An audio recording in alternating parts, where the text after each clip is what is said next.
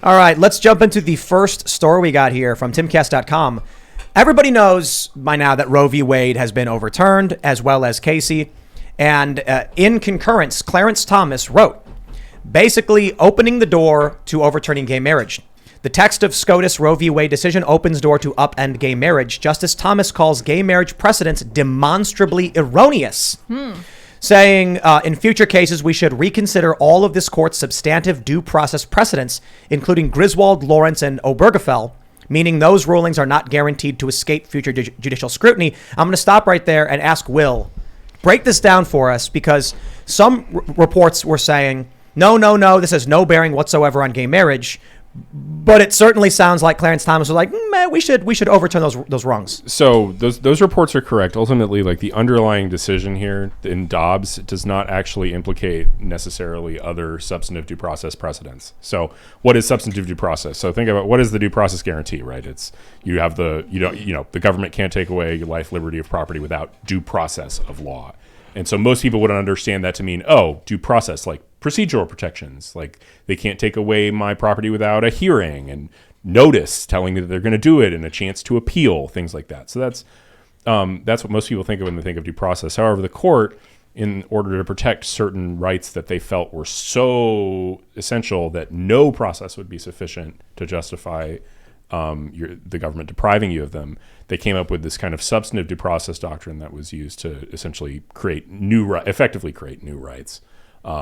And that doctrine has been used to protect the right to use contraception, the right to marry the person of your choice, etc. Now, so then the question is, okay, well, Roe was also based on this substantive due process idea. Does overturning Roe mean all substantive due process is dead? The answer to that is no. Basically, if you read Dobbs, they didn't say substantive due process was wrong in the majority opinion. They said, here's how you interpret substantive due process. And it's basically like, is there a really robust historical justification or tradition of having this right, even if it wasn't spelled in the Constitution? And they said that for abortion, that's not true. They're just historically, abortion was routinely banned throughout the states. So there's not like a historical backing for it. But throughout the Dobbs opinion, they're basically saying this doesn't necessarily implicate any of the other substantive due process rights. Those have to go through the same analysis. We're not getting rid of substantive due process entirely. But it sounds like Clarence Thomas would want to, but his views are pretty idiosyncratic on this point among the justices. Like I actually, as a legal matter, I kind of agree with Clarence Thomas in the sense that I think substantive due process as a doctrine is incoherent nonsense.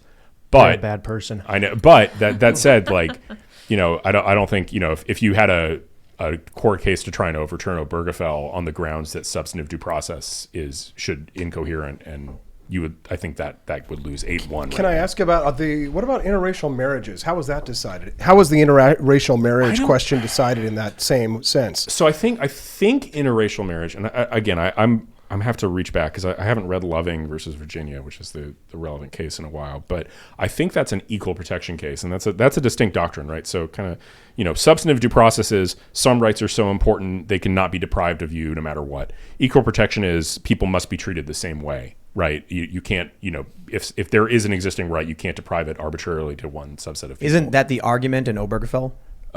So I think Obergefell is like this weird mishmash of both substantive due process and equal protection, because Anthony Kennedy was not. May he rest in peace. Or no, he's still alive. Anthony Kennedy. he just retired. Anthony Kennedy was what a not. Shout out. Sorry, he's still alive. Wrote a bunch of really terrible decisions from a legal perspective. I mean, it's not even outcome. I don't care. He was more conservative than not. But just reading his opinions was like reading a bad writer, like somebody who just wasn't very smart.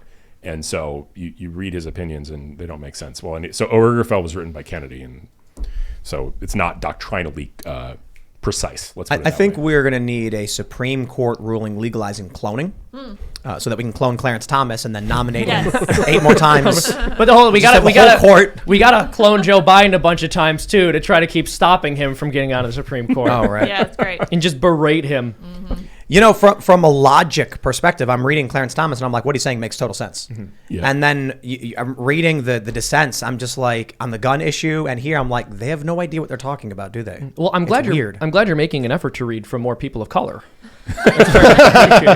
So do we owe Ruth Bader Ginsburg a debt of gratitude? A little yes. bit. Oh, yes. Do we say thank you, RBG? You know what's even more painful? We might owe Mitch McConnell a debt of gratitude.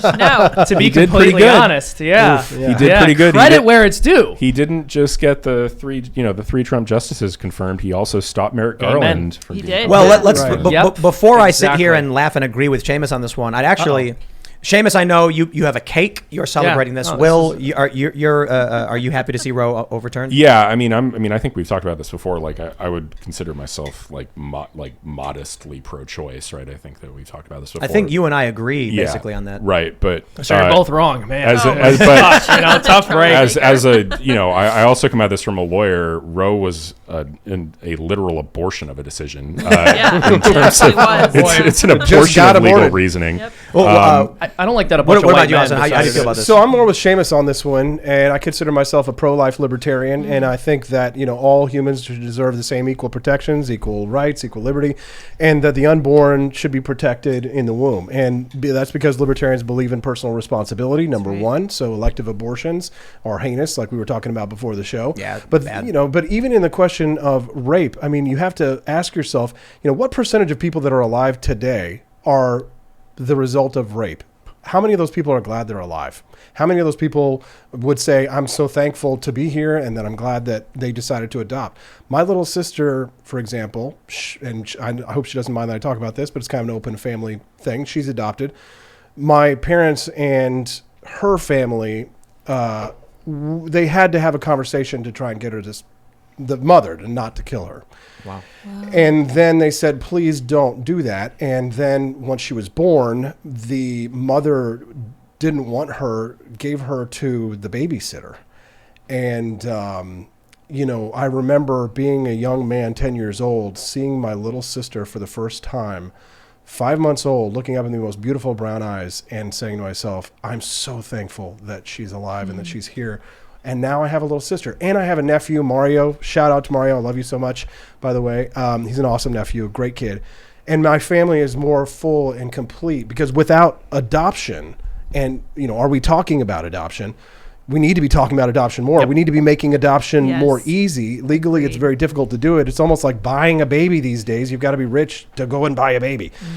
But we should be talking about that. We should be protecting life. We should look at life as a consistent ethic. And I believe in a consistent pro-life ethic, not because I'm religious, because I'm not, but because I do believe that all humans deserve the same individual natural rights and they should be protected from reasonable idea of conception until natural death. So, Ian, as I don't think you're as politically active as anyone else here. I'm curious, are you happy to see Roe v. Wade overturned? Well, I got mixed feelings. It's not making abortion illegal, and I think that's something people got to correct. realize. It's just giving the states the ability to choose. I think that less abortion is a good thing. I don't know if making it illegal is going to make less abortion. It probably will in the long run. And I think late-term abortions are absolutely gruesome. Yeah, they're barbaric. I mean, you're a full-grown human at like 4 months or 5 months. That's like a small human being at Yeah. 5 months. Yeah. You see it. It's like living and moving and all that stuff. But And- I don't know. I was expecting it once it leaked. I Right, still got we mixed knew. feelings. I want to talk about the legal implications of this because I want to know more. And obviously, Lydia is celebrating along with Seamus. I am over the moon about this. And I think one of the things that I think people need to argue when they talk about how the conservative Christians don't care about babies once they're born, that's an out and out lie. You know those pregnancy centers that they're firebombing right now? Those are the Christian church's response to abortion. Those help mothers in need. They help people who need the kind of help. They give free ultrasounds. They give free clothing. They give diapers. They give bottles. They give shoes. They teach parents how to parent. They have a response. It's a very real response. So don't take any of that argument from them. They're full of nonsense. My position is I was saying this before the show, rather dispassionate. I grew up. I think Will and I agree on like a moderate kind of pro-choice, but it doesn't exist anymore in modern politics. It is basically the left is pro-abortion.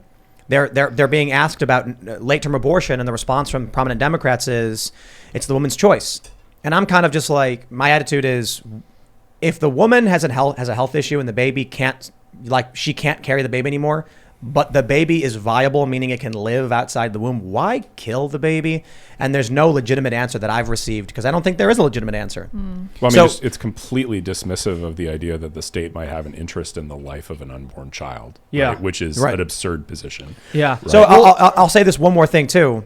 Considering how insane everything's got in this country, I don't know if this is good or bad in terms of the rising conflict, but I'd imagine it's probably better that the states can enforce their own laws. I feel like it may result in more geographic hyperpolarization, which could be a bad thing, probably is a bad thing in terms of keeping this country together.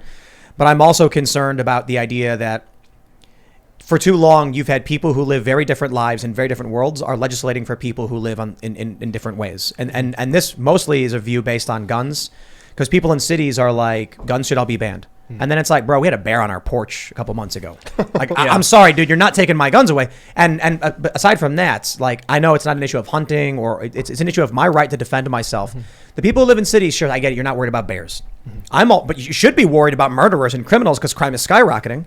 So look, the people who live in cities should not be passing laws that directly change the way of life for people who live totally different lives. And then I see bills like this, and I'm like, it's probably better off this way. Yeah. I'm not super positive, but... So there's a couple things I really want to say about this. You're mentioning civil unrest, the fact that this country's so polarized. I agree that there's a chance this is going to increase polarization. It almost certainly will. But I don't believe that unity can or ever should come at the expense of goodness, beauty, or truth. I believe that there are some things you can't compromise on. I'll also say this. What the Supreme Court decided today was not simply that states are allowed to extend protection to the lives of unborn children. They decided that the thugs and terrorists who are mobbing outside of the homes of Supreme Court justices, attempting to assassinate them and kidnap their families, and firebombing pro-life charities do not get to decide what law is in this country. That is a massive win for rule of law, and not as many people are talking about that. Well, explain that a little bit. Because every single other institution for the past several years has been caving into the mob on everything. There was no serious condemnation from any of our political institutions or the corporate world over the BLM riots, or the 529 insurrection, as we like to call it here. That's right. There was absolutely no condemnation of it. No one was punished for it. They got away with it, and in fact, their goals were forwarded because of it. They mocked the president. They mocked the president when he was forced into a bunker because rioters outside of the White House had breached through the barriers after assaulting 150 federal agents. And setting fire to a church. And setting fire to a church. And the response from the media was, how mean of it was Donald Trump to disperse through those rioters to go over to the church to have a photo shoot. How dare he? Peaceful protest. A peaceful protest. Mostly. And so what we are seeing here is and I think we really need to pay attention to this. It is the first time in the last several years that any of our major institutions has stood up for itself and said, no, we're not going to let violent thugs tell us how to run our country. Thanks for checking out this segment from the Timcast IRL podcast. But if you want to check out the full show live, tune in Monday through Friday at 8 p.m. And if you want more special access content, head over to timcast.com and become a member. Your membership helps sustain this company, keep our journalists employed, makes this show happen, and you will get access to exclusive members-only segments of the Timcast IRL podcast, and there's a massive library to check out. So again, go to timcast.com or tune in Monday through Friday at 8 p.m., and we'll see you all there.